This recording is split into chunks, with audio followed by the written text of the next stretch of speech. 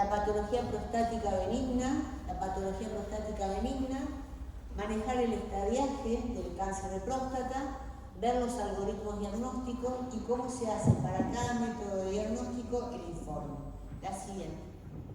En cuanto a la anatomía prostática, la próstata se ubica, como todos saben, en la región posterior al hueso pubiano.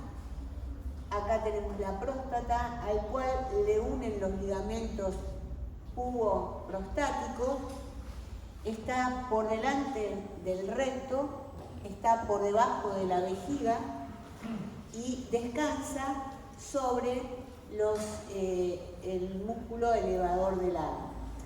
Ahora bien, por detrás la separa del recto una fascia muy importante, ahí lo tienen en el gráfico, que es la fascia de Denneuvelier. La fascia de Denneuvelier, llamada también próstata seminovesicular, es una fascia muy gruesa que impide la propagación de los tumores rectales hacia el recto. Sí permite, si hay un tumor en la próstata, la propagación se va a hacer por la zona flanco, que es donde se une con la vesícula seminal, que es el conducto eyaculador, hacia la región anterior, hacia la vejiga, hacia la región, perdón, vamos para atrás, hacia la región, sí, hacia la región inferior perineal, hacia la grasa periprostática. Pero esa fascia de Denneuvelier, que es muy gruesa, muy importante, impide la propagación de los tumores prostáticos al recto. Y acá tienen una ampliación de eso, está ampliada, que sería la micro de adentro de la próstata, y fíjense como ubicada debajo de la vejiga, le atraviesa la uretra, que la llamamos uretra prostática, y a la uretra prostática le va a llegar los conductos eyaculadores que resultan de la unión de dos conductos, uno que viene de la vesícula seminal, trayendo líquido seminal, y otro viniendo del vaso deferencial, trayendo los espermatozoides. Entonces traen los espermatozoides, se junta con el líquido seminal, más el líquido que produce la próstata, en esta zona que se llama velum montanum, van a eliminar el producto de la eyaculación a través de la uretra peniana. Bueno, con esto les es suficiente como para entender cada cosita después que vamos avanzando. La siguiente. En cuanto a la irrigación prostática, la próstata está muy irrigada. La irrigación viene de la arteria ilíaca interna, que luego va a dar la rama vesical, luego da la rama prostática. Fíjense todas las ramas que entran de ambos lados hacia la próstata. Y también va a provenir por la arteria rectal media.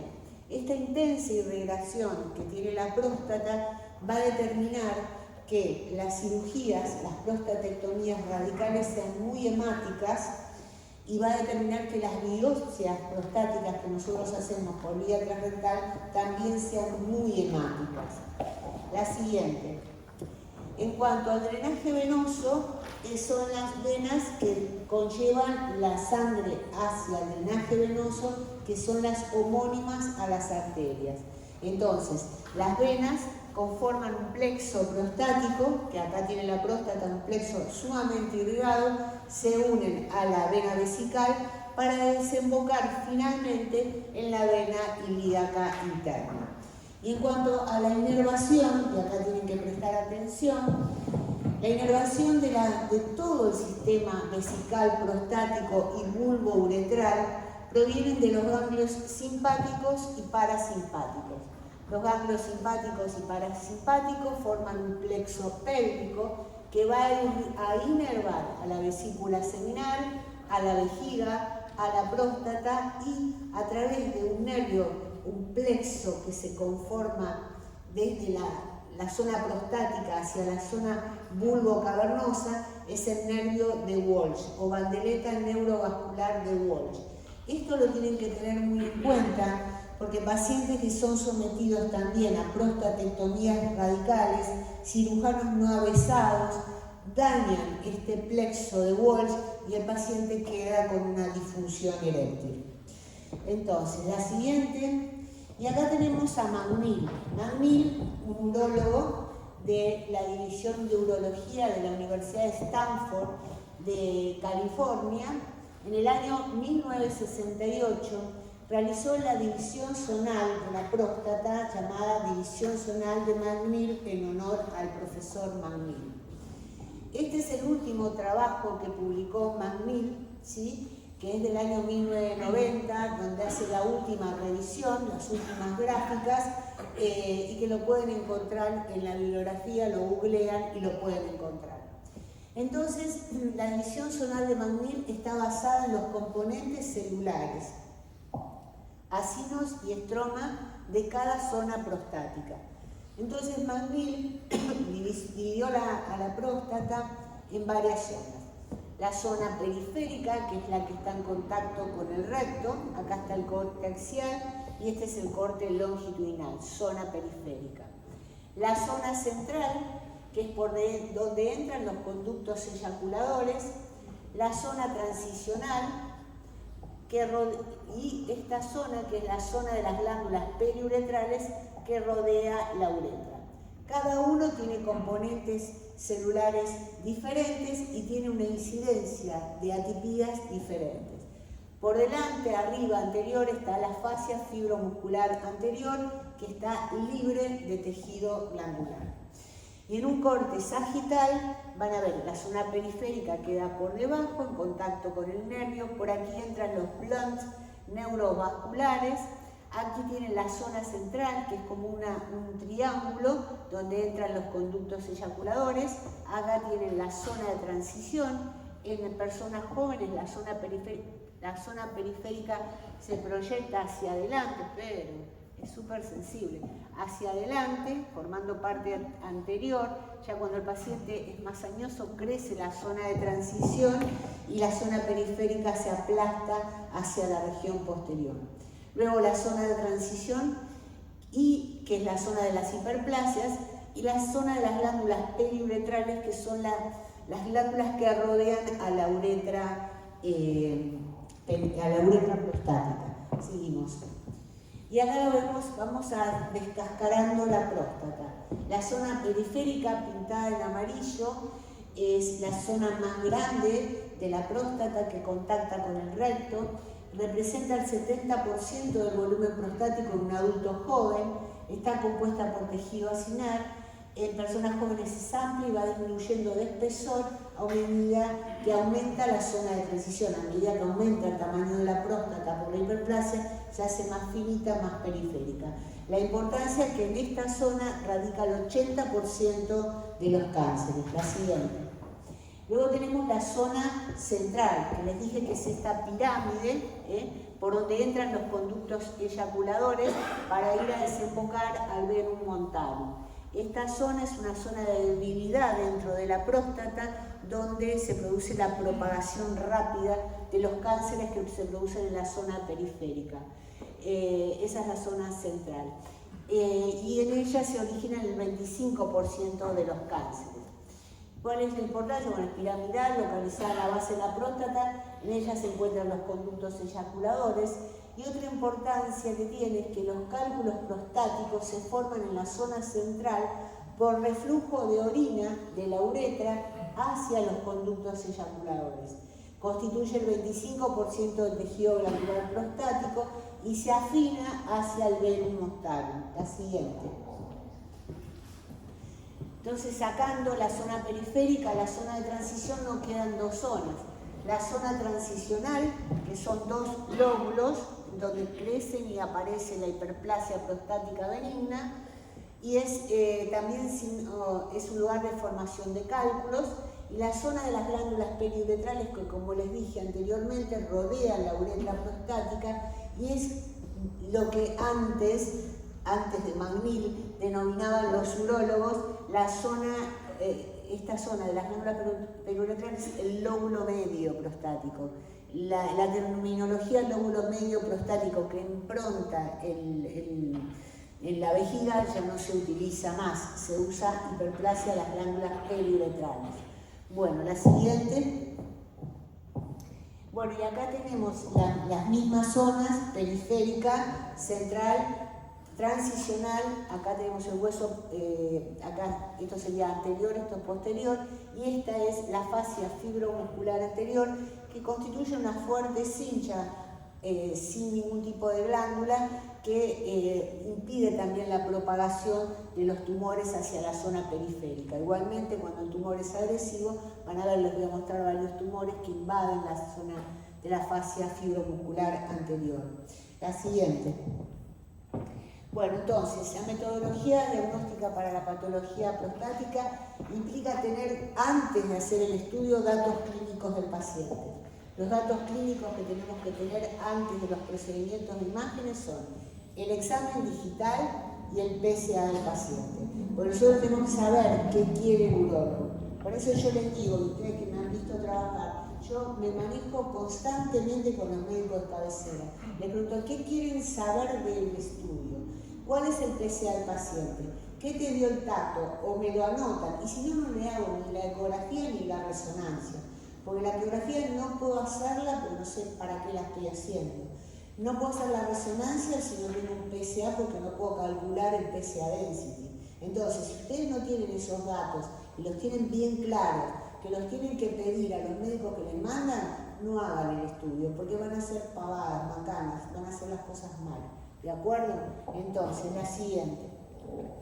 El tacto rectal. ¿Para qué me sirve el tacto rectal? El urólogo, los buenos urólogos, porque ahora ni siquiera hacen tacto rectal los urólogos, pero los buenos urólogos, jóvenes, medianos y grandes, comienzan el examen clínico de la próstata con un tacto rectal. ¿Por qué? Porque como les dije antes, la próstata está en íntimo contacto con el recto, entonces ellos ponen el dedo y más. Dijimos que el 80% de los cánceres estaban en la zona periférica. Entonces el urólogo tacta la zona periférica y ¿qué nos va a decir? ¿Qué nos va a decir? Hay una induración. ¿Dónde? Lóbulo derecho o lóbulo izquierdo. Hay una nodularidad o hay una simetría glandular, o sea, está más grande el lóbulo derecho que el lóbulo izquierdo, el lado derecho que el izquierdo. Ya tienen un dato, un tacto rectal positivo que amerita, aunque el PSA de bajo, amerita hacer una ecografía transrectal o una resonancia multiparamétrica. En realidad el algoritmo diagnóstico va desde el tacto, PSA, ecografía prostática transrectal por tema de costos y por último la resonancia multiparamétrica si no podemos tener datos con eso. La siguiente, entonces acá anda para atrás, lo que nos va a decir que en la orden tiene una induración, tiene una nodularidad, tiene una simetría o tiene un tacto rectal normal. Entonces, ¿por qué lo mandan? Y porque el PSA da alto. La siguiente. Entonces, ¿qué es el PSA? Es el antígeno prostático específico, es una proteasa célica descubierta por Young en 1979. Es segregada solamente por el tejido epitelial prostático. El valor normal va de 0 a 4 nanogramos por mililitros y debe aumentar menos del 20% por año. Es decir, a medida que envejece el hombre, aumenta el PSA, pero tiene que aumentar menos del 20% por año. Lo cual quiere decir que el PSA velocity, que es lo que aumenta el PSA por año, debe ser menor a 0,75 nanogramos por mililitro por año. Estos datos yo se los doy porque viene un paciente que le hicieron un estudio prostático, un tacto y tenía el PSA de 4 y de repente se va a 8. Algo pasó, algo tiene, o una prostatitis, o un infarto prostático, o tiene un cáncer, ¿sí? La siguiente. Las causas de aumento del PSA son el cáncer de próstata, la hiperplasia prostática benigna, las prostatitis, los infartos, la instrumentación urológica y la actividad sexual. Todo eso aumenta el PSA, entonces ustedes me dicen, ¿para qué le pido PSA? Porque es específico de la próstata y nos va a dar datos de importancia cuando, al momento de hacer el estudio, ¿sí? Para calcular ciertas cosas. Y el PSA libre, descrito por Christensen en 1990, cada paciente posee un nivel libre de PSA libre de proteínas circulando. El mismo, el PSA libre, disminuye con la aparición del cáncer. O sea, el PSA libre disminuye cuando aparece el cáncer. Cuando el PSA libre es menor al 20%, es sugestivo de cáncer. O sea, 20% más, está bien. Menos 15%, 10% PSA libre, acá pasa algo, ¿de acuerdo? La siguiente. Y tenemos lo que es el PSA predictivo, que es lo que nosotros vamos a sacar cuando hacemos la ecografía prostática transrectal, que es la diferencia entre el PSA total y el PSA total que tiene el paciente y el esperable por el tamaño de la próstata. Siempre que sea mayor es sugestivo de atripia, o sea, si el PSA del paciente es mayor que el que uno espera por el tamaño de la próstata, es sugestivo de atripia. Y se puede calcular el volumen tumoral estimado, dividiendo por 2 al exceso de PSA. La siguiente, por ejemplo, si el PSA de laboratorio es de 8 y el PSA esperado por la volumetría, que ahora les voy a enseñar cómo se hace, de la próstata es de 4, existe un exceso de PSA de 4. El volumen tumoral que puede llegar a tener ese paciente es el exceso de PSA dividido 2. Quiere decir que el volumen tumoral esperable es de 20 milímetros. ¿Sí? ¿Entienden? ¿Entienden esto o no entienden nada? ¿Sí? Bueno, siguiente. Los métodos de diagnóstico por imágenes son la ecografía prostática por vía suprapúbica, por vía transrectal y la resonancia multiparamétrica. Siguiente. En cuanto a la ecografía prostática por vía suprapúbica, solo nos permitirá tener el peso o volumen aproximado de la glándula y no sirve para la medición del volumen vesical pre- y postmisional, que son datos de mucha relevancia para el urólogo. Yo con esto le hago un paréntesis, que yo no hago tomar 2 litros de agua antes de hacer la ecografía vesical al paciente. Simplemente les digo, orinen por última vez 2 horas antes en su casa y junten orina naturalmente. Cuando llega, le mido el volumen premisional, lo hago orinar y le mido el postmisional. Si ustedes sobredistienden la vejiga con 2 litros de agua, siempre van a tener residuo postmisional. ¿De acuerdo? Siguiente. Y nada de informar próstata heterogénea, no heterogénea, yo por vía suprapúbica. Próstata de tanto, por tanto, volumen aproximado, tanto. Y para eso les sirve la suprapúbica. No pongan pavadas, ¿sí? Bueno. En cuanto a la ecografía, la ultrasonografía prostática transrectal permite la evaluación anatómica de la próstata, permite determinar la volumetría y el PSA esperado, determina la presencia de lesiones focales, determina el grado de vascularización, podemos utilizar la elastografía para ver si hay alguna lesión, la dureza de esa lesión y guía para la biopsia. Bueno, como acá les muestro, es una ampliación del gráfico de la anatomía. Tienen el recto, el transductor entra por aquí, entonces ustedes van a ver desde afuera hacia adentro la próstata, van a ver la zona periférica, la transicional, la central, la uretra y la van a ver en contacto con la vejiga urinaria. La siguiente. Entonces, la técnica de examen requiere un ayuno de 8 horas, una microenema de limpieza, transductor endocavitario multiplanar y se hacen cortes longitudinales y transversales. La siguiente. Entonces, acá son los cortes axiales. Vamos desde arriba, vesículas seminales, base de la próstata, medio y vértice. Esta es la representación, como van a ver, la zona periférica, la central, la transicional. Y a medida que van bajando, ven las transicionales azul, van bajando, van a tener más zona periférica que zona central y que zona transicional. Entonces, fíjense, acá tenemos un video, a ver si funciona. Sí. Estamos en la base, arriba de la zona, de la base de la próstata, por encima las vesículas seminales. Entonces, fíjense, vamos bajando, zona periférica, cápsula quirúrgica, zona de transición, uretra en el medio. Va de nuevo. las vesículas seminales, zona periférica, cápsulas, zona de transición. Y acá cortados, vesículas seminales, vasos deferenciales, zona periférica, zona central, zona periférica, la zona central quedan como estos triángulos, zona transicional, y acá zona periférica, uretra, zona central, y acá fascia fibromuscular anterior. La siguiente.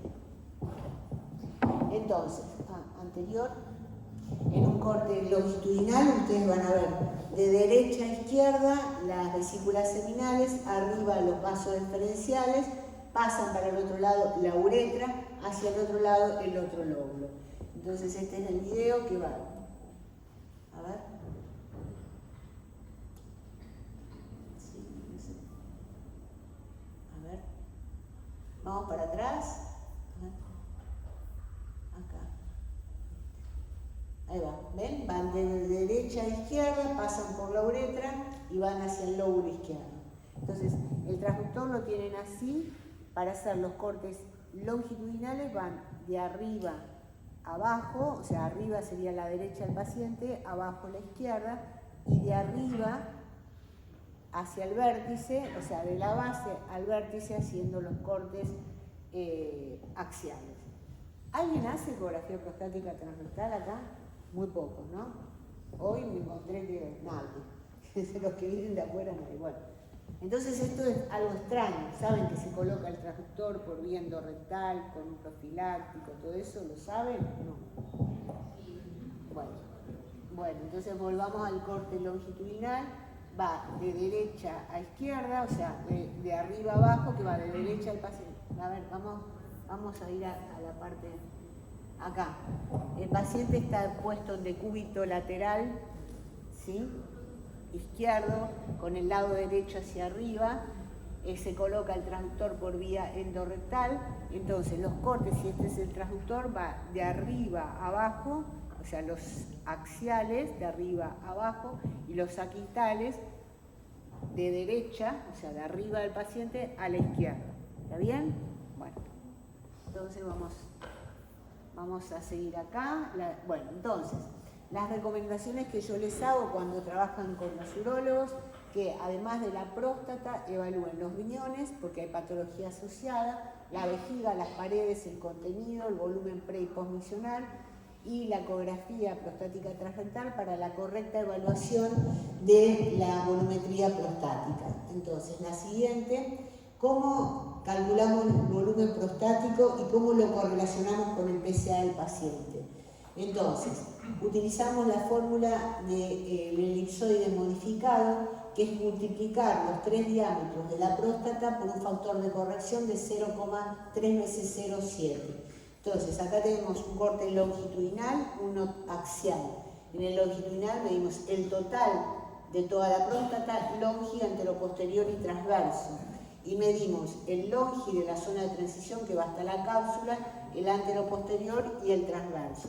Entonces, al multiplicarlo por este factor de corrección, en este slide ven que el paciente tiene un volumen prostático total, un peso total de 40 gramos, un peso de la zona de transición de 15 gramos y un PSA esperado para este tamaño de la zona de transición de 2.13. ¿De dónde salió ese 2.13?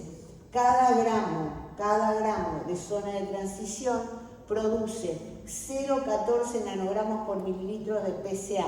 Entonces, si multiplico el peso en gramos de la zona de transición por 0,14 por nanogramos por mililitros por gramo, gramo con gramo se va y queda el PSA esperado expresado en nanogramos por mililitros.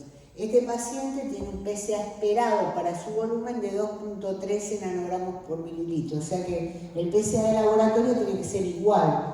Si es mayor, mucho mayor o 2 veces mayor a eso, hay que buscar patología asociada. La siguiente.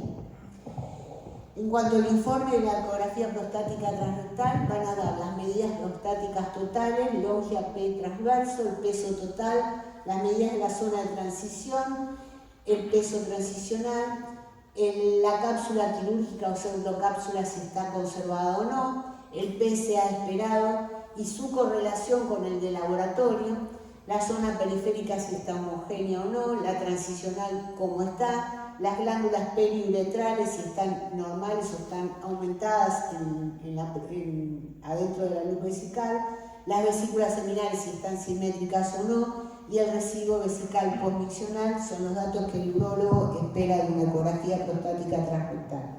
La siguiente. En cuanto a la resonancia multiparamétrica, el estudio, yo les quiero pedir algo. Hay muchos que están posguardia y se están durmiendo. Para ellos no va dirigida la clase, pero sé que la están grabando. Si tienen alguna duda, me paran y hacemos algo interactivo, porque si no es un monólogo de gente que me mira, y no sé qué está pasando. A ver, vos qué me querés decir. En la parte del informe que hablaba sobre el residuo funcional. Sí. En el calendario, el esfuerzo posterior de no me haría como ¿Qué? la parte de la próstata. Pero te estoy diciendo que la próstata no la vas a evaluar por vía suprapúbica. La próstata lo único que podés hacer es medir angulando hacia el vértice, o sea, por debajo del hueso pubiano, medir el longe y la P transverso y dar un volumen aproximado, nada más. No sé qué te está tapando. Sí, ¿y qué es la sombra que te da que no podés medir el residuo? ¿Qué es? ¿Cómo? Lo que no dice la doctora, disculpa, lo que pasa es que lo que dice la doctora es que el refuerzo acústico, cuando tenemos una vejiga llena, en el intrarrectal vaya a tapar la próstata. ¿Es eso, doctora? Sí, o sea, No, te están mezclando dos cosas, el relleno de la vejiga con la próstata. ¿Qué es lo que te va a tapar cada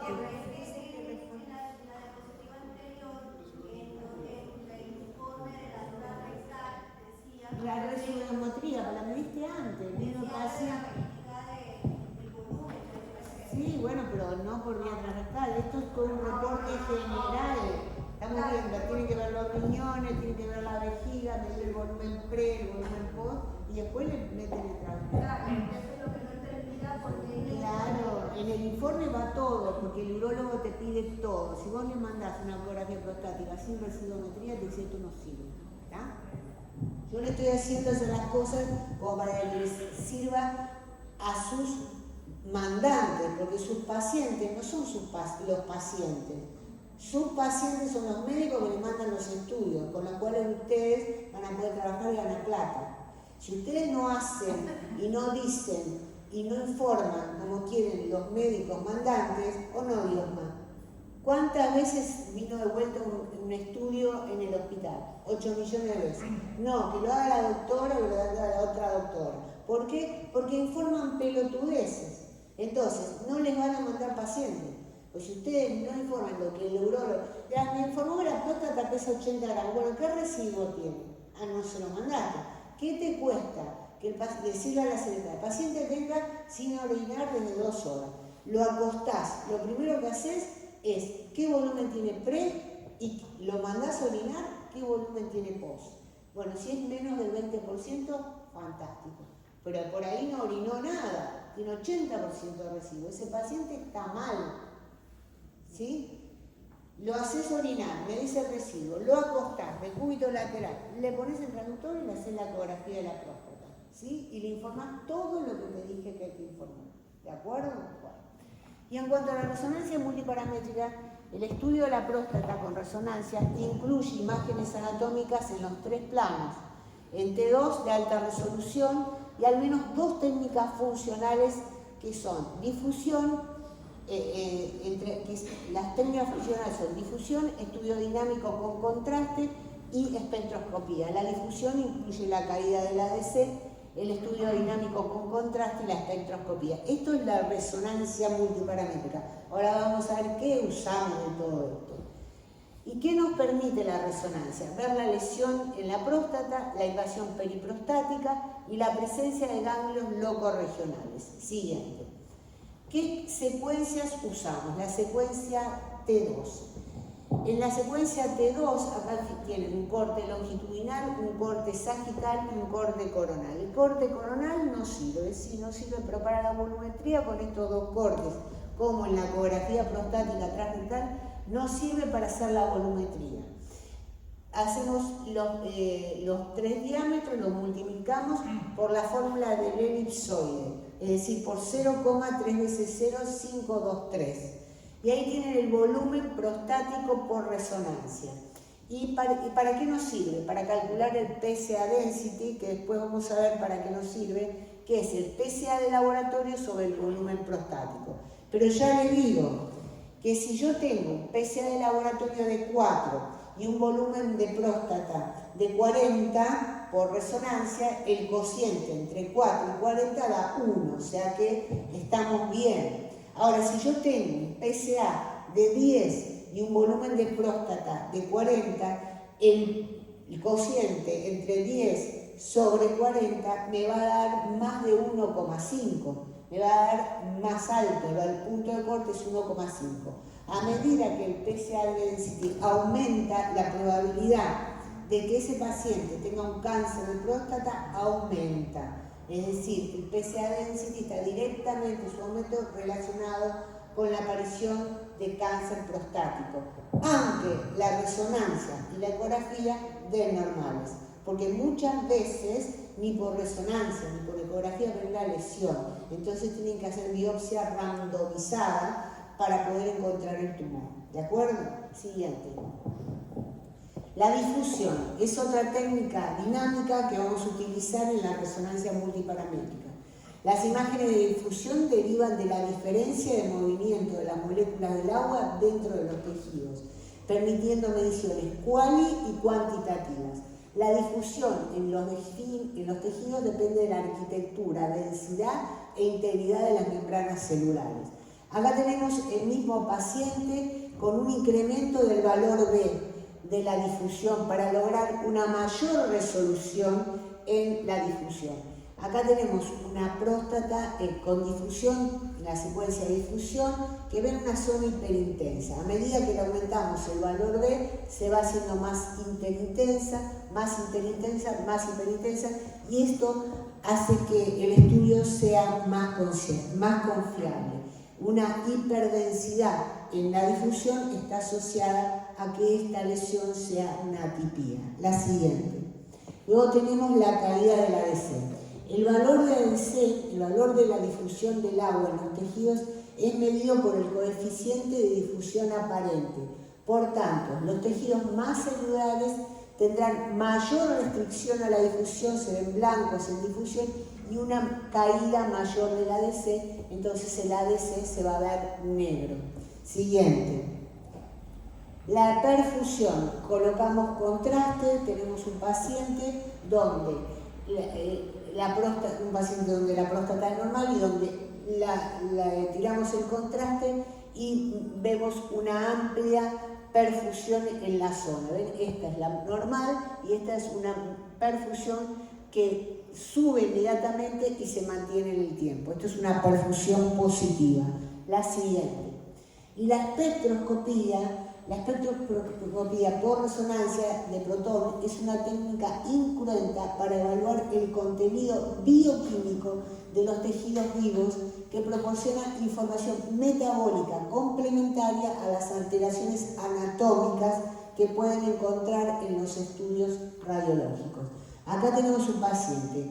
Este es normal, no tiene lesión en la zona periférica y en esta parte tiene una zona hipointensa en T2 que aplicando el software de la espectroscopía vemos que este lado que es normal tiene baja colina y alta cantidad de citrato, normal.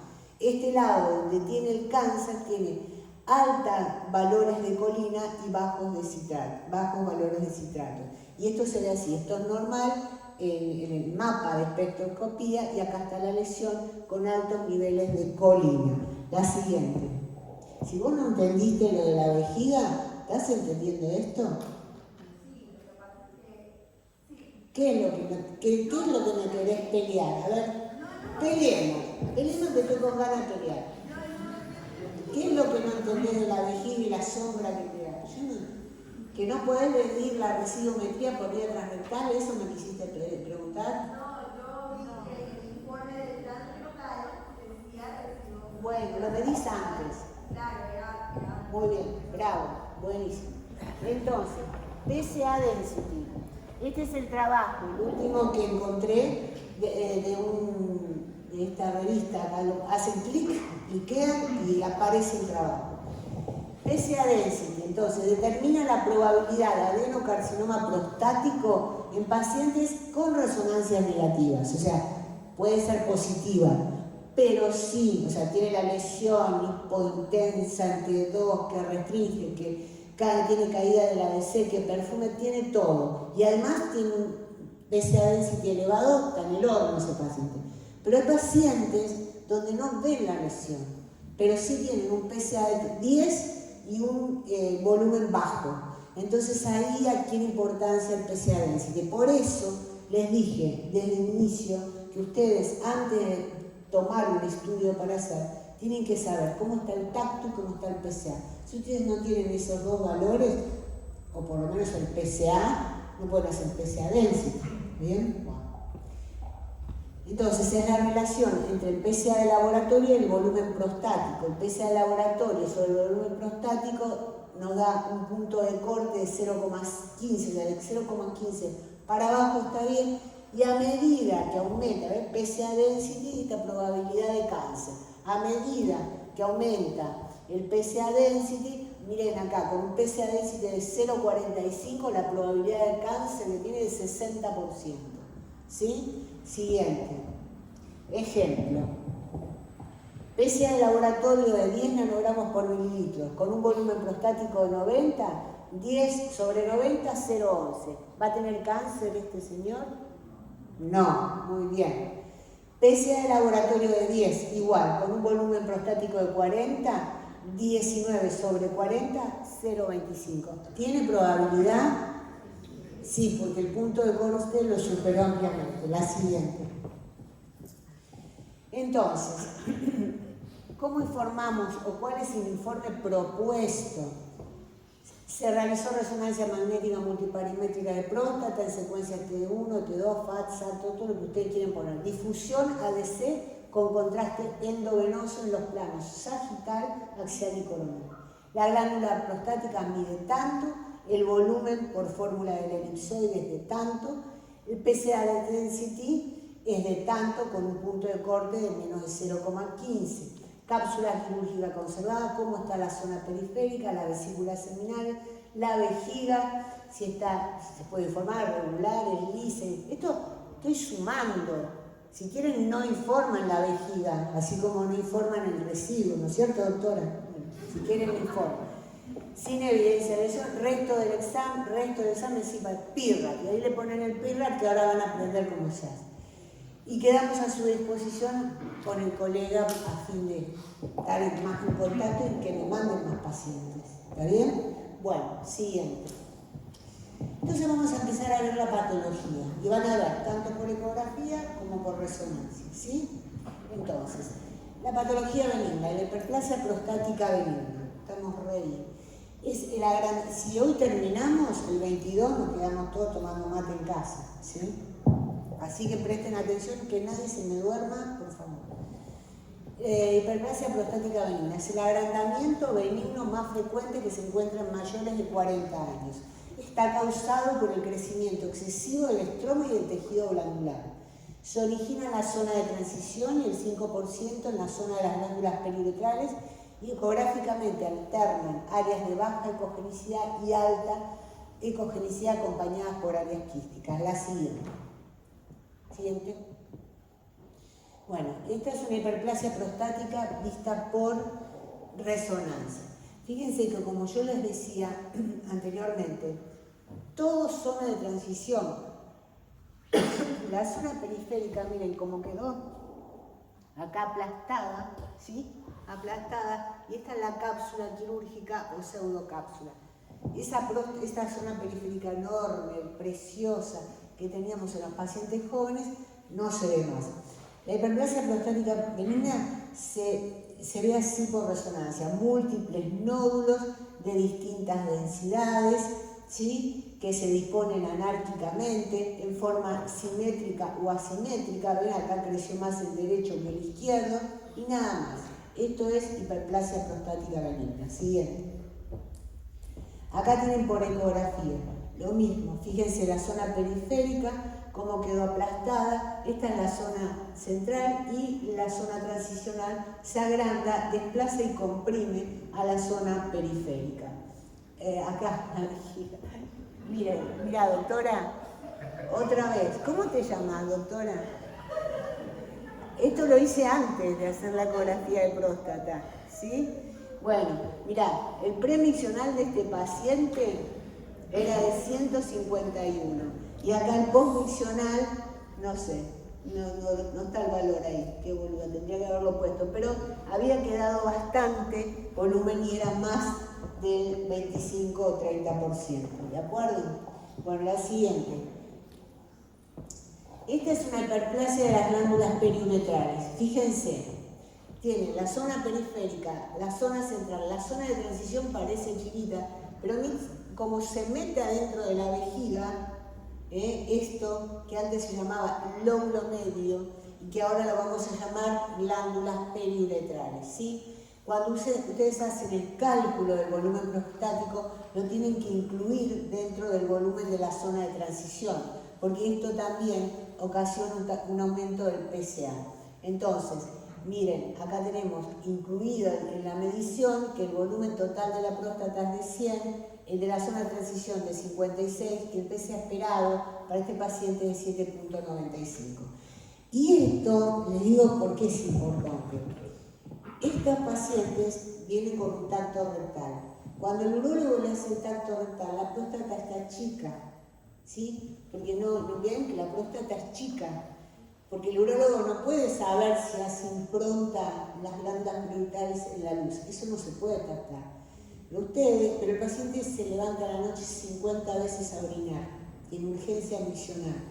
Entonces, si ustedes le dan este dato, que tiene un volumen postmisional alto, y a su vez le dicen que por ecografía tiene una hiperplasia de las glándulas periuretrales que impronta en la vejiga, este paciente es recontraquirúrgico, aunque el volumen total de la próstata no sea grande.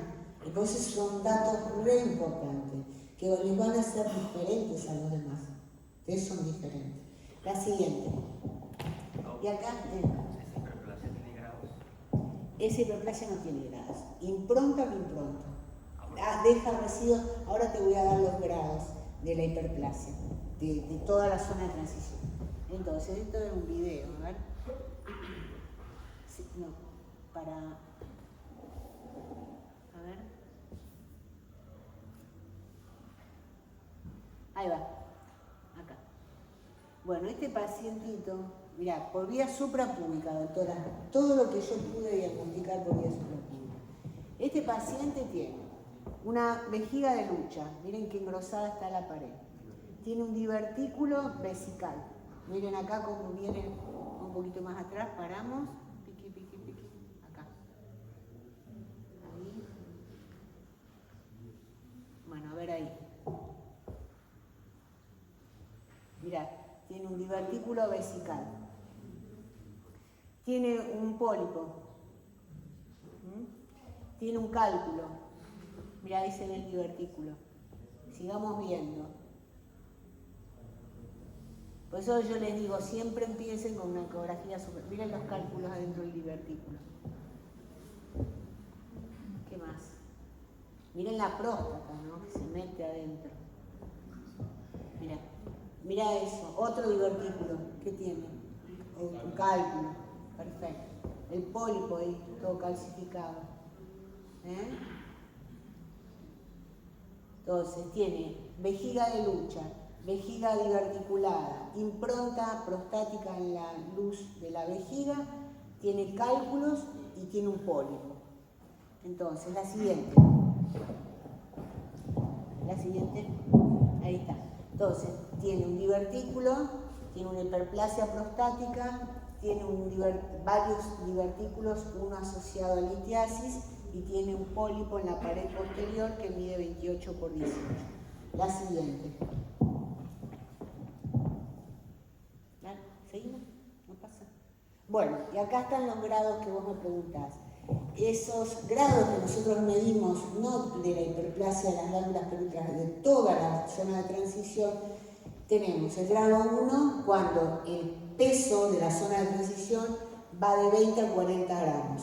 Grado 2 de 40 a 60, grado 3 de 60 a 80 y grado 4 más de 80. ¿Por qué es importante que le demos el peso transicional? ¿Qué grado de hiperplasia prostática? Porque el urólogo puede resecar 1 gramo de próstata por vía endoscópica. Entonces la anestesia aproximadamente dura 1 hora. Entonces hasta el grado 3, pónganle, pueden hacerlo por vía suprapúbica. Y de más, o sea, más grande, cuando pesa más de 80 gramos ya van por vía suprapúbica, laparoscópica, pero suprapúbica, no endoscópica. ¿De acuerdo? La siguiente. Las indicaciones para resección del adenoma prostático son retención aguda de orina, hidronefrosis, uronefrosis recurrentes del tracto, hematuria grave por tracción sobre los vasos que atraviesan la próstata, síntomas obstructivos bajos, síntomas obstructivos asociados de inestabilidad vesical. La siguiente. Los tratamientos, se los digo porque les van a mandar los pacientes con tratamientos, tanto farmacológico como quirúrgico, como con los clips. Les voy a mostrar cómo se ven esos pacientes con cada tratamiento. Farmacológico van viendo la disminución del tamaño. Resección endoscópica van a ver con distintos tipos de métodos, ¿no? Van a ver cómo queda el paciente con la resección endoscópica, resección convencional a cielo abierto o bien por vía laparoscópica, colocación de clips o embolización de las arterias prostáticas. Últimamente no se está haciendo, antes se hacía, yo trabajaba en un centro donde embolizaban todo, la próstata, los testículos, el cerebro, los aneurismas, todo se embolizaba. Y vimos muchísimos infartos prostáticos e infecciones de la próstata post-embolización. Por eso ya se está dejando de usar en el mundo la embolización de las arterias prostáticas para tratar la hiperplasia prostática benigna. Siguiente. Cuando la resección esta es la forma endoscópica, entra con el receptor, el urólogo va resecando la zona de transición, o sea que le queda la zona periférica. Fíjense en esto, que la zona de transición queda un hueco y queda comunicado por un cuello hacia la vejiga, por eso el paciente disminuye su signo sintomatología. La siguiente. ¿Cómo lo ven por ecografía transrectal? Esta es la próstata antes de la resección y luego de la resección queda la celda de la resección del adenoma prostático. Fíjense, y así se tiene que informar. En zona periférica homogénea, no homogénea, con lesión sin lesión, zona de transición con celda de resección de adenoma prostático que se comunica por un diámetro de tanto con la luz vesical. ¿Estamos? Siguiente. Ahora, últimamente se están colocando, ahora 5 o 6 años comenzaron a utilizarse los clips prostáticos, que es un método muy piola, porque bueno, esta es la próstata con la hiperplasia, entran por vía transuretral, le tiran unos clips, que son estos, ¿ven? Uno van sujetos a la pared externa de la próstata y otro a y este queda por dentro, ¿ven? Son clips. Entonces, ¿qué hacen? Abren el cuello uterino, colocan 2 clips, uno de cada lado y abren el cuello uterino.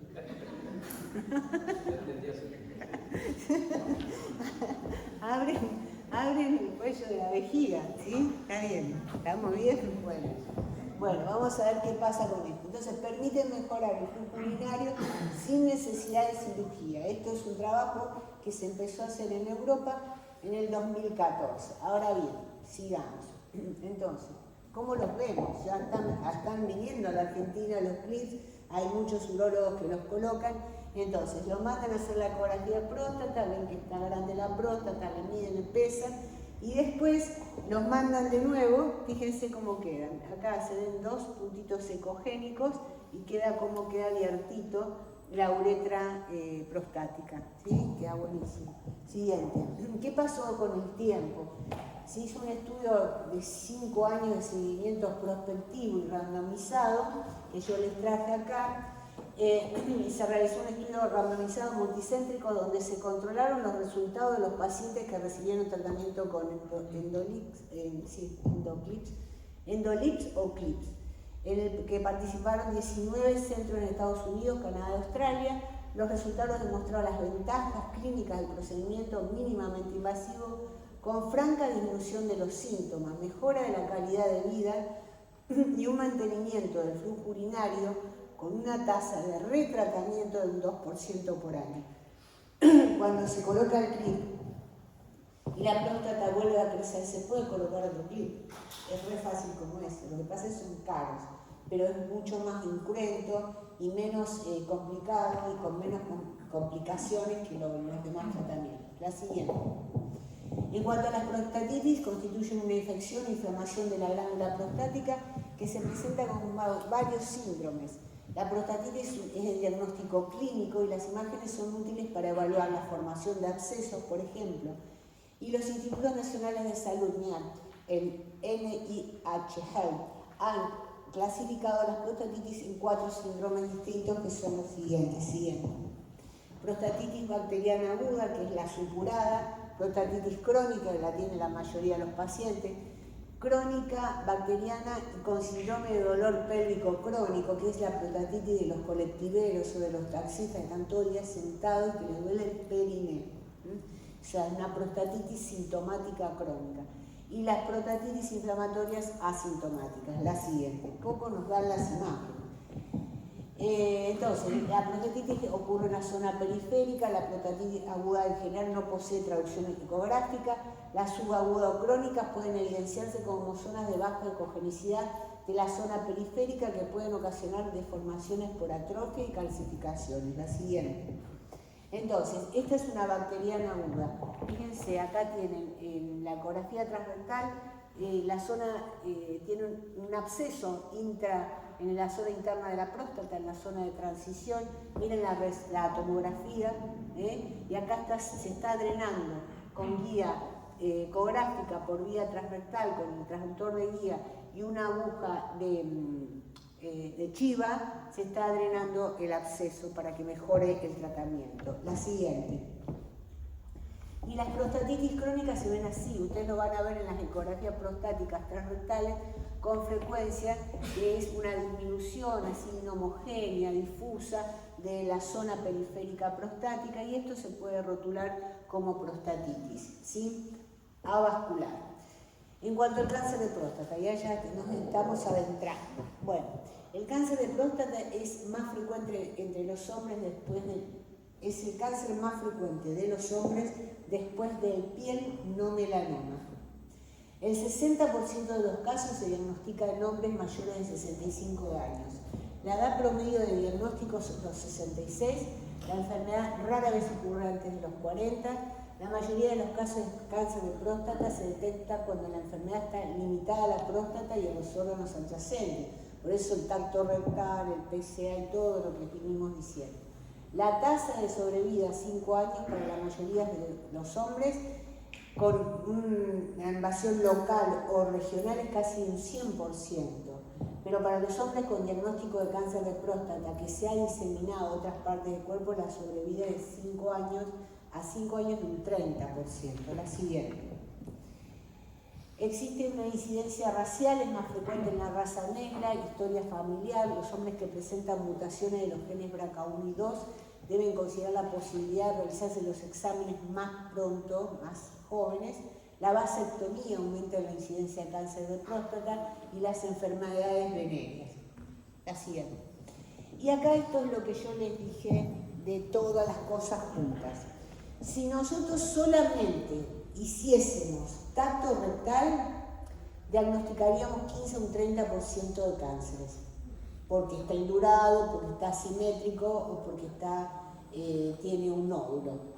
Si solamente le hiciéramos PSA, diagnosticaríamos entre un 10 y un 30.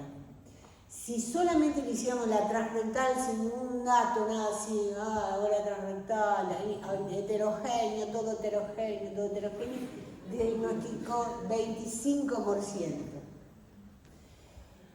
Si yo hago tacto rectal y PSA, atención, ya me voy al 45%, y ahora les voy a explicar por qué. Si hago tacto rectal, PSA, TRUS, Power Doppler y resonancia multiparamétrica, voy a diagnosticar a priori de la biopsia el 50%. Y esto porque se los digo, yo vengo realizando biopsia de próstata hace 25 años. Mi primer trabajo que hice, sumé 4.990 biopsias desde el año 2004 al 2014. Allí no tenía en cuenta ni el PSA ni el tacto rectal. ¿Cuántos cánceres diagnostiqué? 5%. Porque no hacía la ecografía prostática sin ningún dato clínico, nada. Cuando empecé a avivarme, se avivó la doctora, no me avivé sola, me fui a Canadá, me fui a Estados Unidos, nadie me enseñó como le estoy enseñando a usted, no, porque todos te tapan las pantallas, no te enseñan acá. No hay que avivar giles, dicen los argentinos, no aviven giles, que te van a sacar el trabajo. Eso jamás. Yo jamás dejé de tener trabajo por enseñar. Jamás, al contrario, esto es una cosa multiplicadora. ¿Sí? Entonces, cuando empecé a tener todos esos datos, PSA, tacto rectal, y ahora, antes de meter, la ecografía prostática transrectal, y después la resonancia multiparamétrica, cuando aumenté todas esas cosas y después puse la aguja, detecto hasta el 90% de los cánceres. ¿Sí? Entonces, ¿y qué les digo? Si uso el PSA, el tacto rectal, la ecografía y veo la lesión, y tengo un PSA muy alto, un tacto muy positivo, pero la lesión no me convence mucho, le hago la resonancia. Y en la resonancia ya tengo más datos. Entonces, no solamente puedo decir a priori, va a tener un cáncer, sino que voy a disminuir el número de muestras que tome cuando hago la biopsia, porque mayor número de muestras son más complicaciones. Entonces yo ahora que hago PSA, tacto rectal, ecografía, resonancia, hago no más de 8 muestras y diagnostico en todas el cáncer. ¿De acuerdo? ¿Cuántas muestras toman los urólogos? Meten al paciente en el quirófano, anestesia general, transductor, 24 tomas, total tiempo, queda un colador, sepsis urinaria. ¿Saben lo que es la sepsis urinaria? Mortal, mortal. Entonces, vamos a tratar de volver a lo artesanal, a lo pensado, a lo inteligente, ¿sí? Bueno, vamos. Siguiente. Bueno, el cáncer de próstata no tiene síntomas salvo que tengan una próstata grande, o sea, asintomático o por ahí micción frecuente, urgencia al orinar, sangre en la orina, sangre en el líquido seminal, nueva aparición de disfunción eréctil, dolor y ardor al orinar, molestias o dolor al estar sentado por el aumento de tamaño de la próstata. Estos síntomas son por el aumento de tamaño de la próstata o por prostatitis, porque el cáncer es asintomático. La siguiente. Entonces, las formas de presentación por la ecografía puede ser una imagen nodular como aquella, o una imagen nodular infiltrante, o un proceso infiltrativo que invade la cápsula quirúrgica. La siguiente. Aquí fíjense, este es un paciente de 64 años con dolor perineal, PSA de 16 nanogramos por mililitro, pero el esperado era de 7.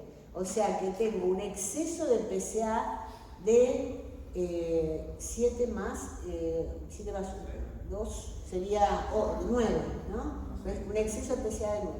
Entonces, fíjense que si el exceso de PSA de 9, el volumen del tumor es la mitad, entonces de 3 centímetros. Miren la zona periférica, el área de baja ecogenicidad importante que tenía el paciente, de más de 3 centímetros, con el importante aumento de la vascularización. La siguiente. Este es, también imagen nodular, periférica, con Doppler color positivo. Y la siguiente es la incorporación de la elastografía, no por la elastografía indirecta, sino utilizando el método del SWE, el Shared Wave Elastography, que nosotros ponemos el cursor de la elastografía donde está la lesión y hay un aumento de la dureza tisular. No todos lo tienen, pero ayuda. La siguiente.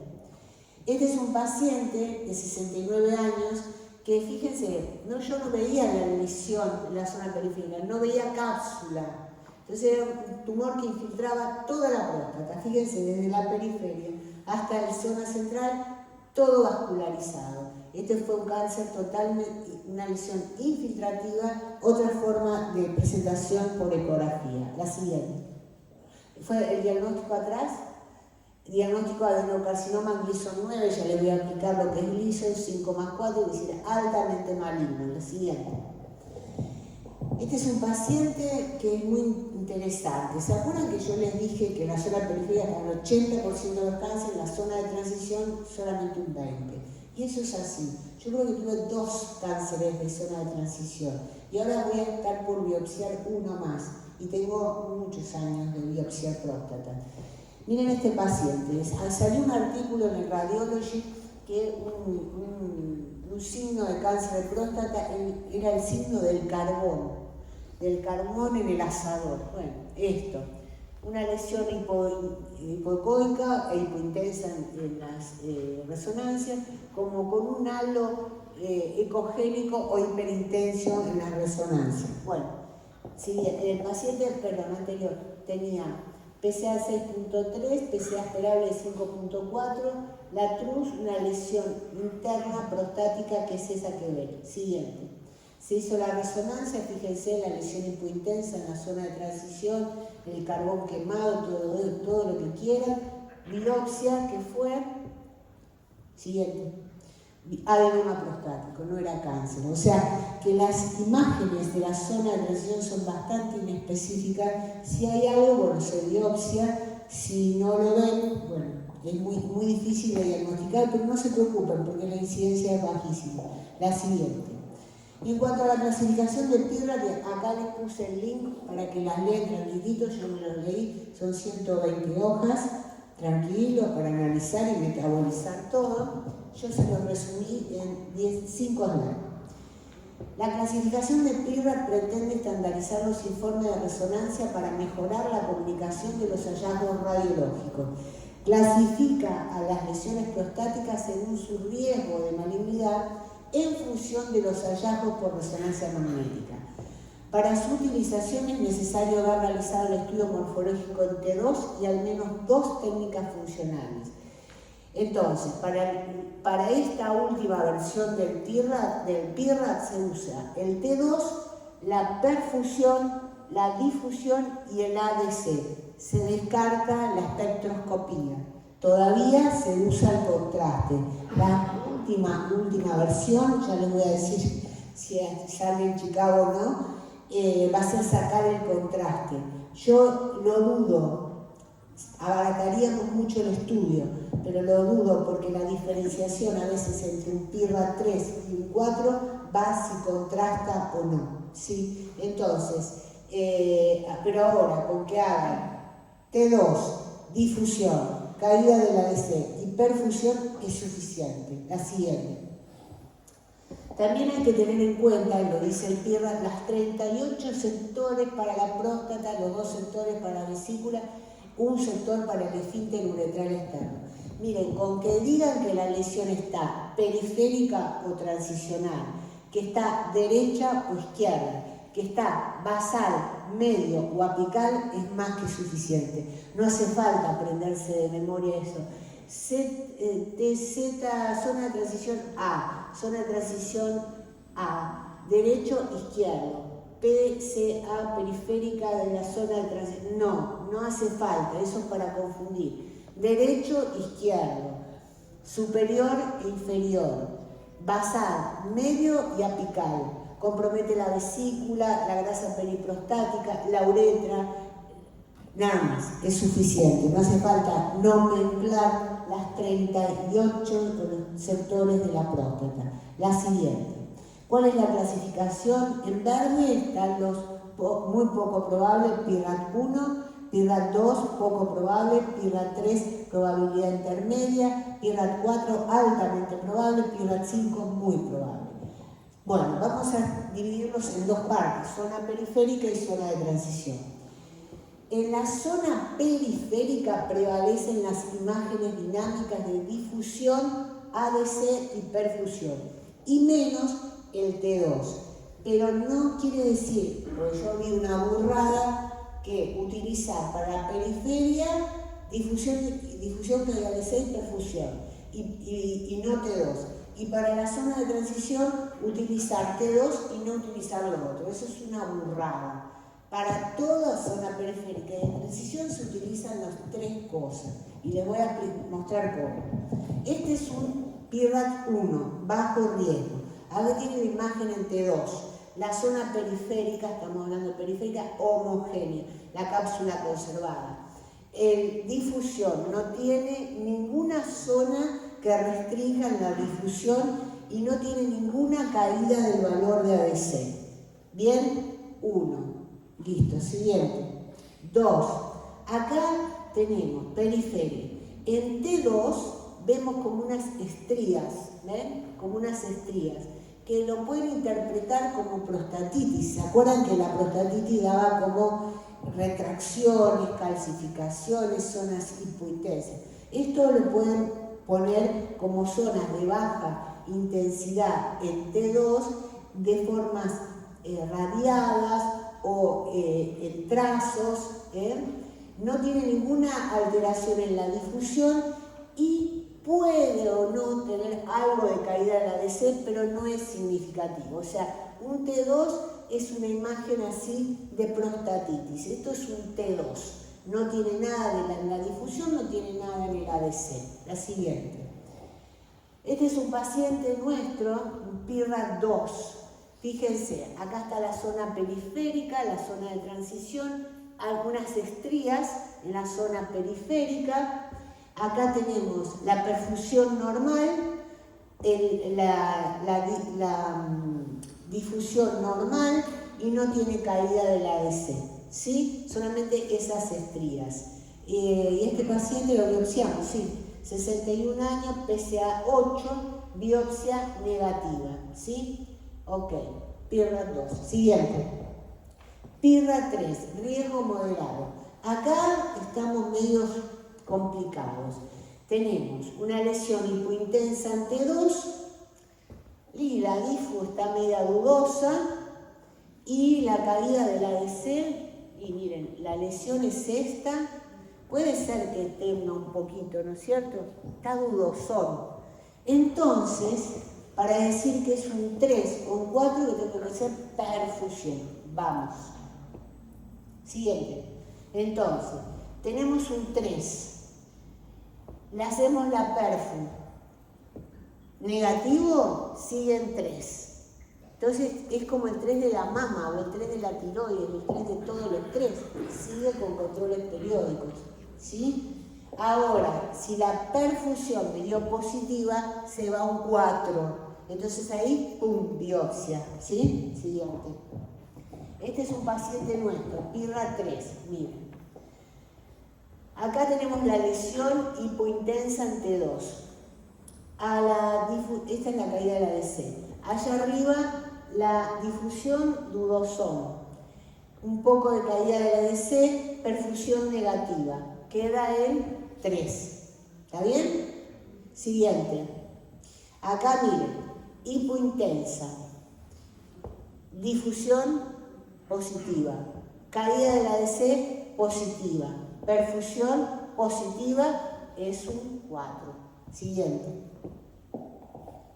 Ahora bien, 4 o 5, menos de 15 milímetros, 4. Más de 15 milímetros, 5, porque las cosas que van a ver con una u otra son las mismas. Entonces, T2, lesión hipointensa, difusión positiva, caída del ADC, pero menos de 15 milímetros, queda en un 4. Siguiente. Bueno, ahora tenemos una lesionota, ¿sí? Grande, hipointensa, con una restricción con una gran caída del ADC, ni perfusión, no hace falta, más de 15, 5. Siguiente.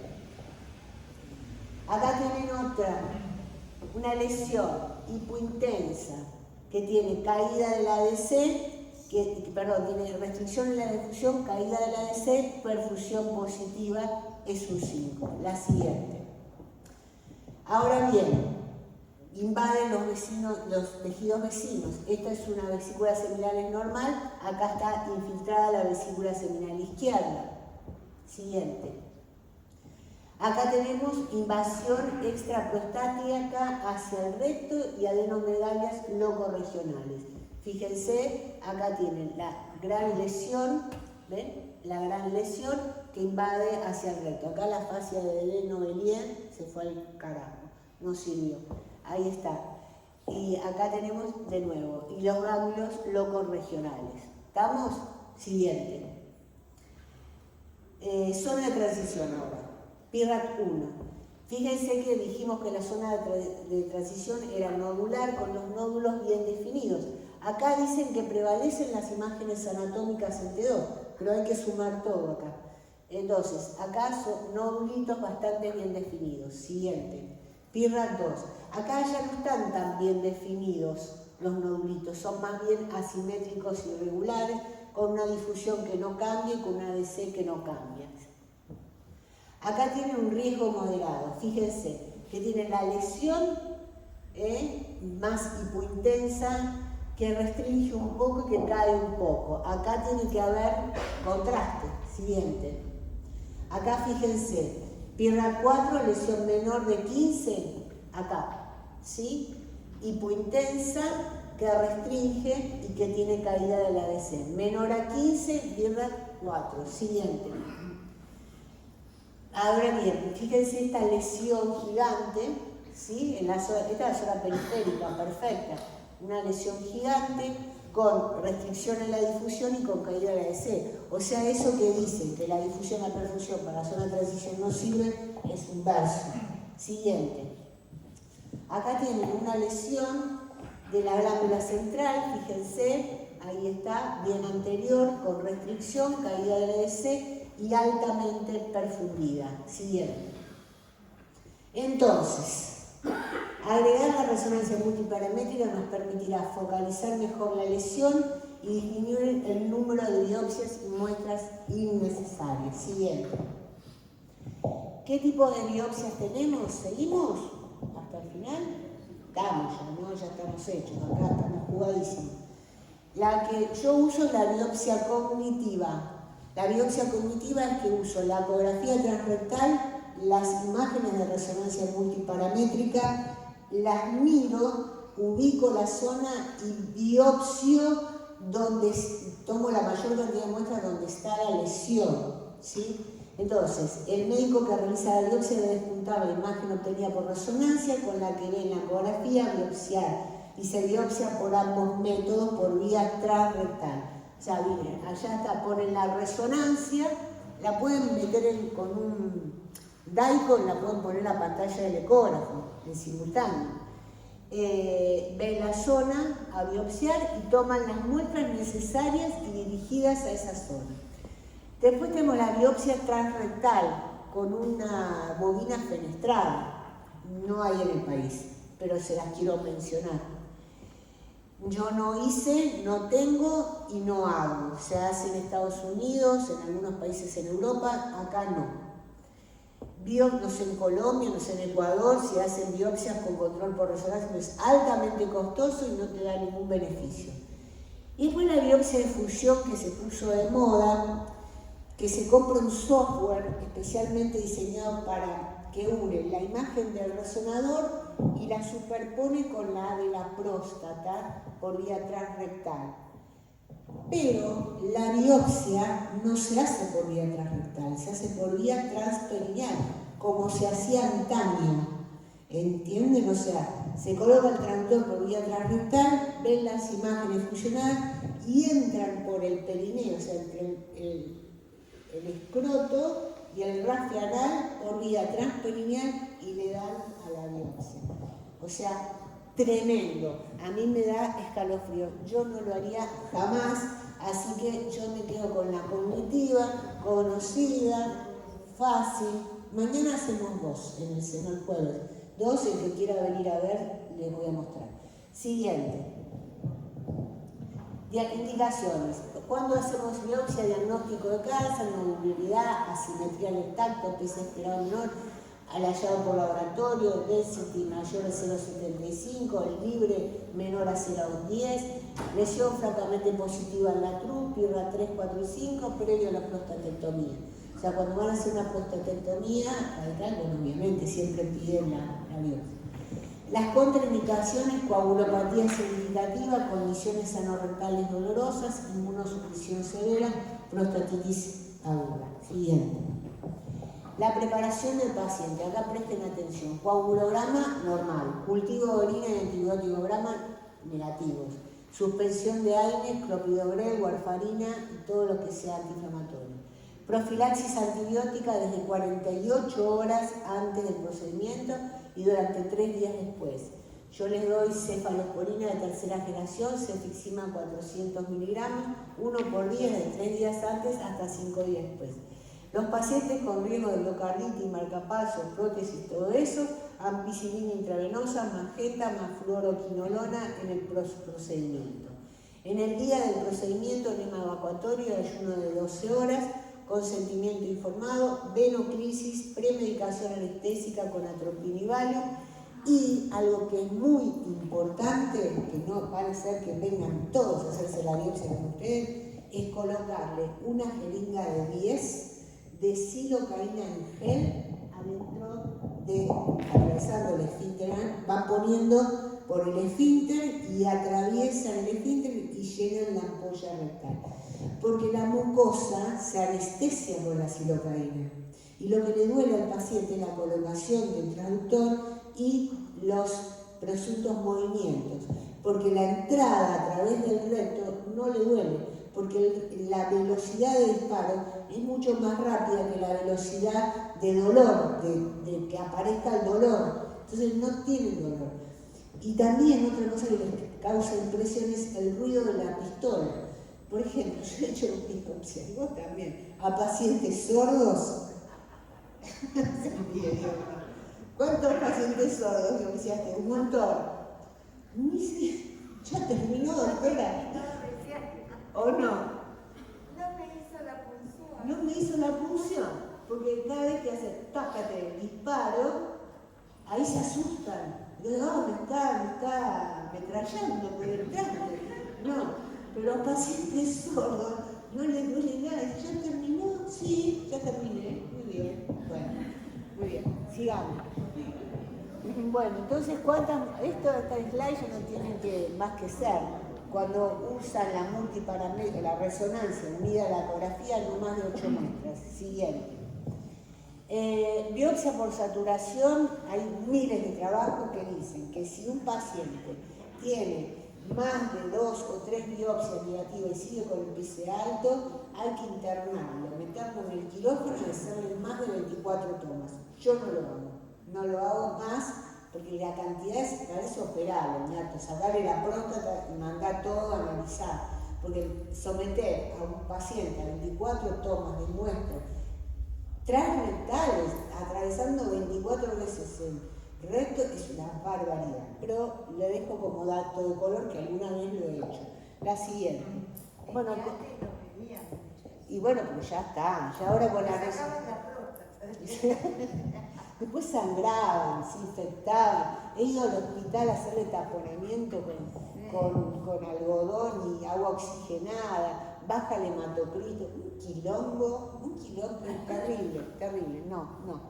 Bueno, ¿y cómo biopsia? Bueno, yo hago esto, 3 del lado derecho, 3 del lado izquierdo. Si tiene alguna lesión más sospechosa de algún lado, le agrego 2 más, 2 y 2. Esta es la que hago yo.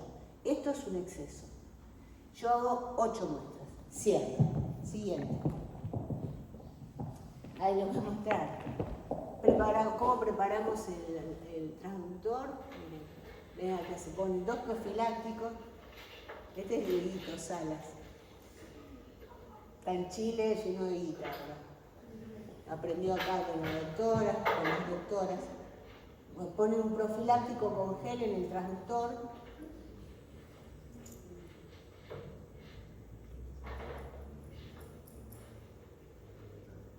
Ahí.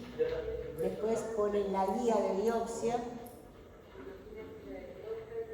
Es la más fácil de hacer, porque es la única biopsia que tiene una guía por donde va la aguja. La guía de biopsia, que es esta. Y por acá adentro va la aguja.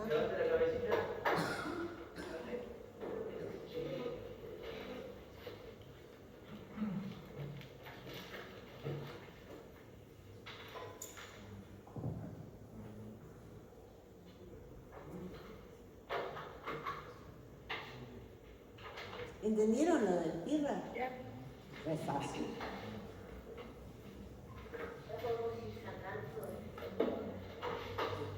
Otro transductor, porque cuando toman la muestra sangra, entonces queda toda la sangre ahí, sobre todo en el chastre. Bueno, ahí ya está, preparado. Acá estamos, creo que haciendo una saturación equivocada. Colocamos el transductor, estamos viendo.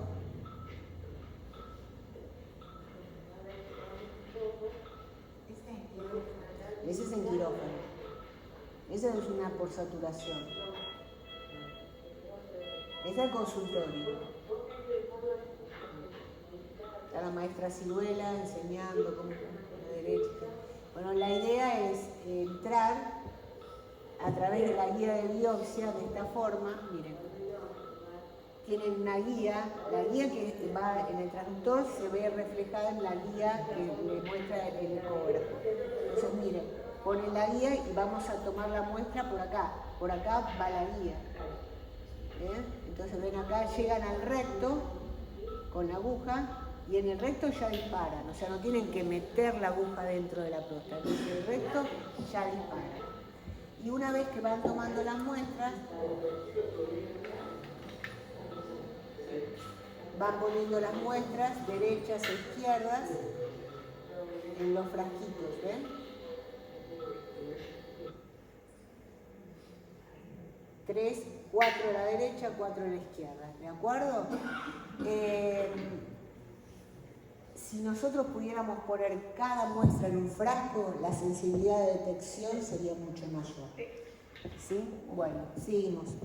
Dale, no sé con qué sigue. Bueno, acá está como la misma, una lesión prostática, complicaciones, hemospermia, hematuria, rectorragia, prostatitis, fiebre, retención urinaria. Siguiente. Los tipos histológicos de cáncer, sin duda el más frecuente es el adenocarcinoma, que es el 95% de los tumores de próstata. Luego transicionales, sarcoma, carcinosarcoma, tumor anaplásico. Siguiente. Y acá es esto que yo les decía, cuando ustedes les viene el reporte de la patología, les dicen adenocarcinoma Gleason 6, 3 más 3, o Gleason 9, 5 más 4, o Gleason 7, 3 más 2. ¿Qué hizo el doctor Gleason, patólogo de Minnesota? A mí me encanta la historia, ya ven. Se basa en la arquitectura glandular de los patrones histológicos más frecuentes. Los grados van del 1 al 5. El grado 1 es el más diferenciado, sería aquel. Y la sumatoria va del 2 al 10. El score final dependerá de la arquitectura celular más frecuente en el corte histológico. Primero va el más frecuente. 2. Grado 1 bien diferenciado, grado 5 totalmente indiferenciado. Entonces el patólogo mira todas las muestras y ve que tiene más grado 1 que grado 5. Entonces dice Gleason 1. ¿Cuál es el segundo tipo más frecuente? Y el 5. Entonces, el 1 era el más frecuente, se pone primero, 1. Más 5, el menos frecuente, es un Gleason 6. ¿Está bien?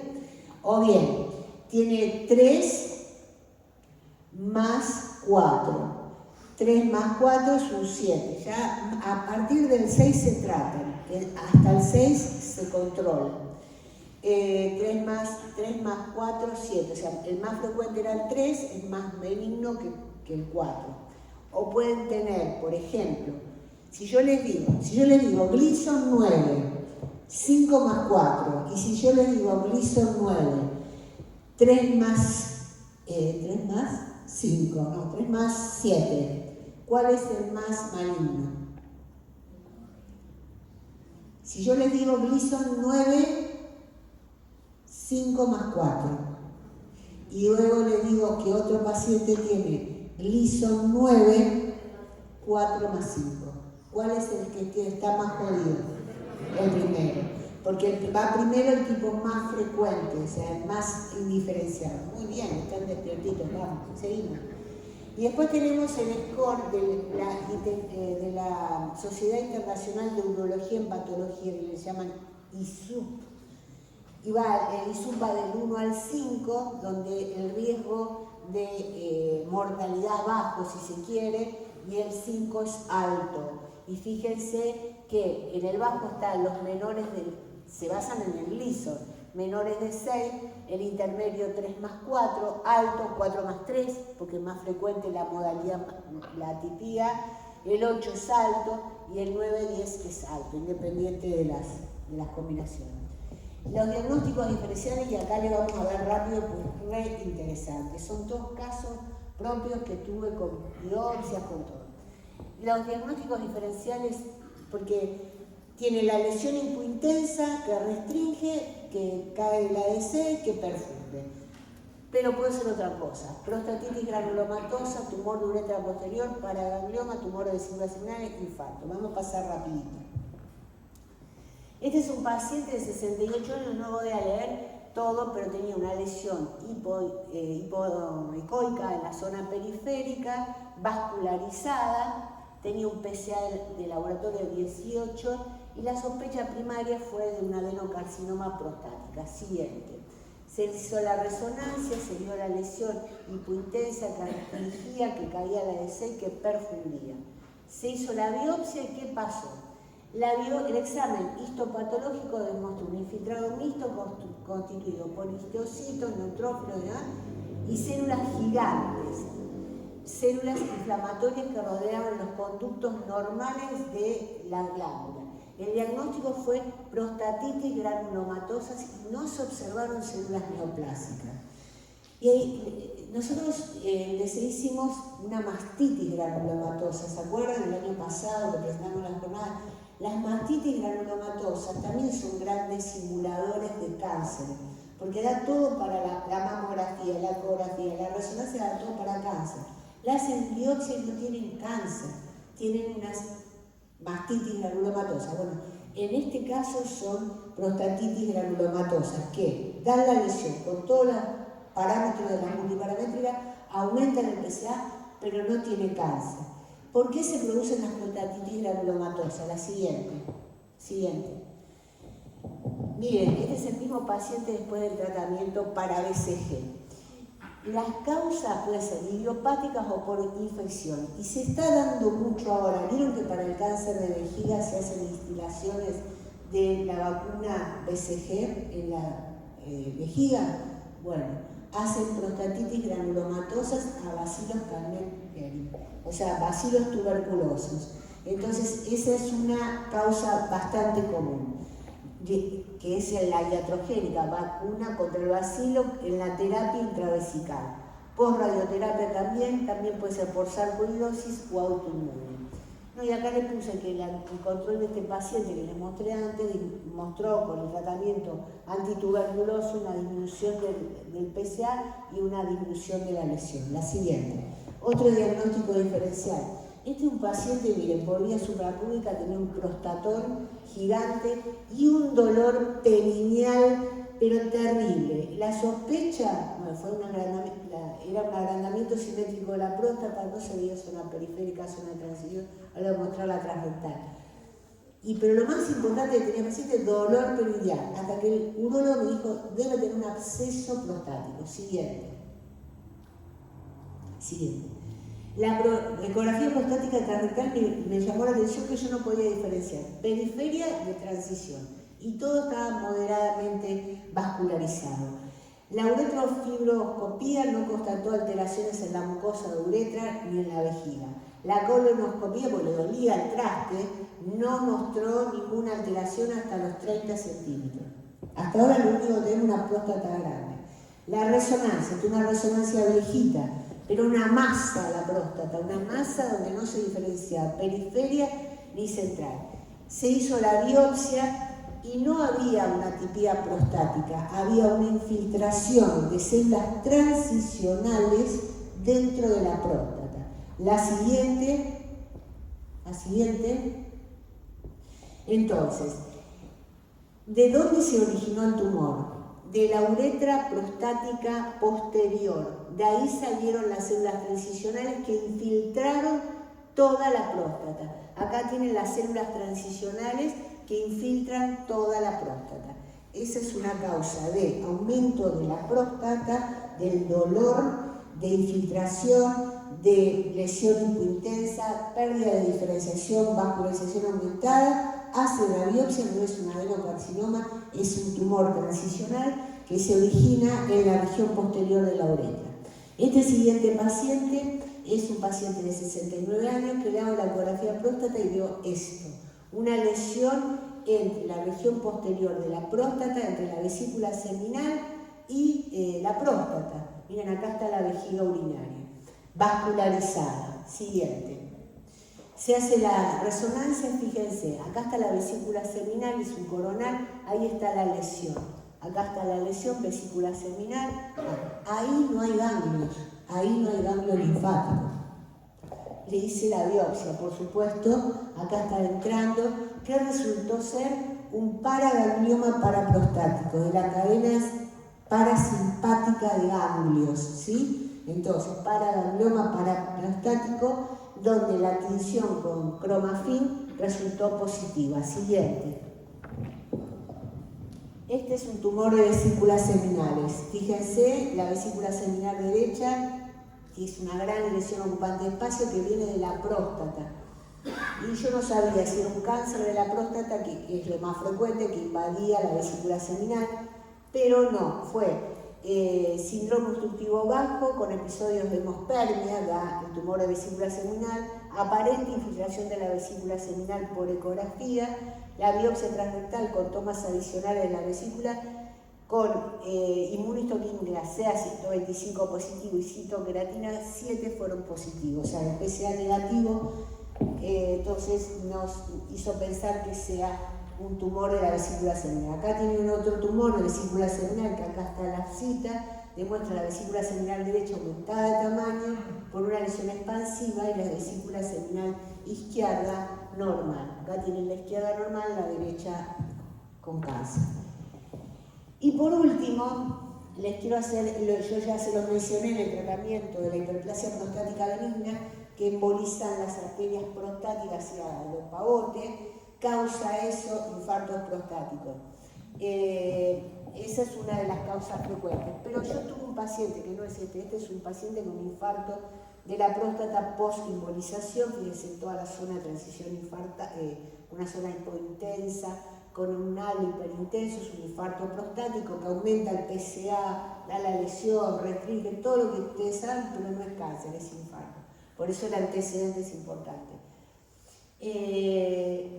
Los pacientes que tuve con infarto eran pacientes añosos que tenían infartos cerebrales también, infartos coronarios, etc. O sea, una vasculopatía. Ven la lesión hipointensa con aumento del PSA, biopsia, infarto, diagnóstico diferencial. Siguiente.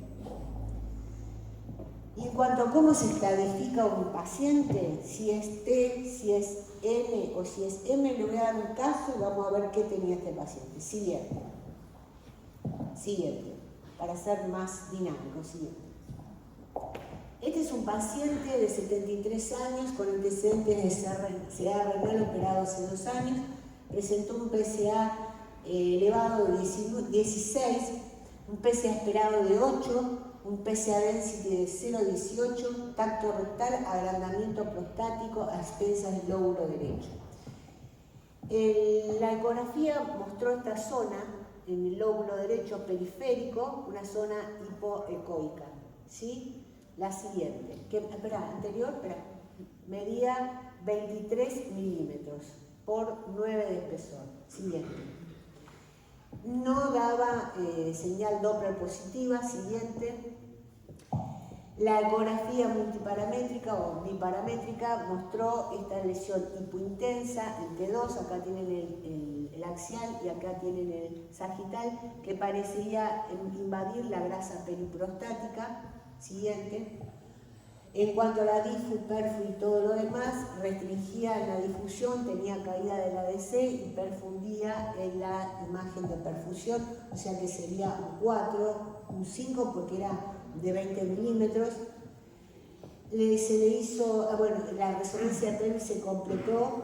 Fíjense que tiene lesiones osteolíticas, ¿sí?, en la columna, y este es el centellograma que se hizo. Miren, que tiene metástasis en la columna, metástasis en la calota craneana, y acá, miren, en las vértebras que se veía por la resonancia. Entonces, estadiaje M1B, propagación ósea. El paciente salió de todo contexto. Igualmente, este paciente se le hizo tratamiento con estrógenos para achicar el tamaño prostático y está ahora actualmente con inmunoterapia. Bueno, entonces, en la actualidad, en los Estados Unidos y en muchos países, la mayoría de los hombres que reciben diagnóstico de cáncer localizado y de riesgo alto se someten a más pruebas para ver si hay signos de metástasis. El Consenso Argentino Intersociedades propuso la utilización del PET-colina en vez del PET-fluorouracilo en la estratificación de pacientes con riesgo alto, los cuales tienen alta sospecha clínica de enfermedad metastásica. ¿Cuáles son? Pacientes con alta sospecha, pero que en el centello veo que no tienen metástasis, son PSA mayor a 20, Gleason mayor a 7, TC, resonancia y centellograma negativo. Pero los factores de riesgo, PSA mayor a 20, Gleason mayor a 7. Entonces, con fluorodesoxiglucosa es casi imposible detectar metástasis en pacientes con centello negativo. Pero si usamos la colina, vamos a detectar mayor cantidad de metástasis. Y aún más, si utilizamos PSMA o galio 68, el porcentaje de detección va a ser mayor. Y por último, y lo nuevo, es la utilización del lutecio 177, que no solamente capta la metástasis, que es lo que se hizo un doctor que nosotros conocemos, sino que provoca la apoptosis celular, o sea, mata la metástasis. Siguiente. Algunas imágenes. Fíjense, centellograma negativo, pero un PET con colina que tiene en la rama izquierda del pubis una metástasis y en la columna también. Siguiente. Este es el PET con PSMA, también negativo todos los métodos, pero es bien específico para detectar metástasis. Es carísimo, sale 1.800.000 porque ayer me llamó un paciente para ver dónde se lo hacía y cuánto le cobraba. Y no lo cubren las obras sociales. Y en cuanto a los tratamientos, no vamos a hablar de tratamiento, les voy a mostrar la imagen de cómo se ve. Prostatectomía radical, hormonoterapia, hormono y braquiterapia, radioterapia. Vamos a ver. Un paciente que se somete a la prostatectomía radical queda el agujero, fíjense en la prostática transrectal, fíjense en la resonancia, fíjense, queda el agujero de la próstata. Siguiente. Un paciente con prostatectomía radical, pero que presenta una recidiva local, fíjense, lesión hipocoica, hipointensa, que restringe y que tiene caída del ADC, recidiva. Entonces, puntos de enseñanza. Terminando. El diagnóstico de la patología prostática comienza con el dosaje de PSA y tacto rectal. Le sigue la ultrasonografía transabdominal para medir el residuo y la transrectal con Doppler color y eventual elastografía. La detección de una lesión por este método requiere la confirmación diagnóstica por biopsia. La resonancia multiparamétrica en conjunto con el PIRAT ha demostrado tener alta sensibilidad y moderada especificidad en el diagnóstico de lesiones cuando se realiza en condiciones técnicas óptimas y son interpretadas por radiólogos expertos, por lo que actualmente juega un rol preponderante en el diagnóstico de cáncer de próstata. Siguiente. Las guías europeas de cáncer aconsejan su uso previo a cualquier biopsia prostática. Ante el diagnóstico de cáncer le sigue el estadiaje con TC, centello, PET colina.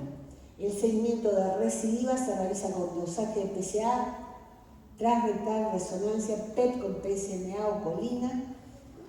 PET colina con niveles altos de PSA mayor a 1.5 y PET con PSMA con valores bajos de PSA y el lutecio 177 para el tratamiento por el poder de apoptosis celular del mismo. Finito. No vamos a ver esta clase de infertilidad que es cortita, que se la voy a dar porque yo estoy agotada, desde las 9 que estamos, dale que va.